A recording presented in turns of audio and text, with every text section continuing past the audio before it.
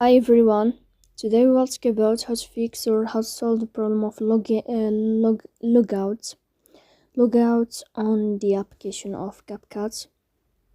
You will go to settings as you see and you will enter. Here in this page, you will go to apps, default apps, app settings. Here in this page,